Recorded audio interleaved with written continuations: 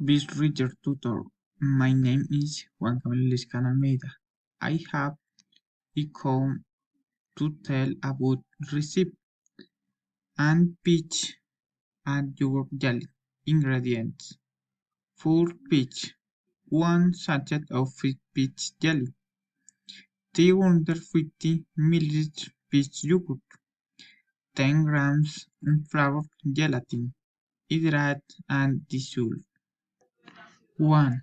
I'm preparing grease and the mold. Add preparing this peach gelatin, following an instruction, and pouring 3 or 4 parchment and teach gelatin as the mold and the mold, letting and for 15 minutes. 3.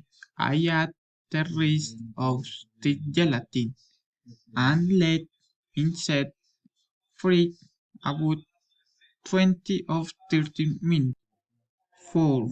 I incorporate that inflorescent gelatin, eat and dissolve of the yogurt, and pour gently over already seed peach gelatin. 5. I refrigerate for minimum 3 hours and mold with wet fingers. Careful separate in from two walls of the mold.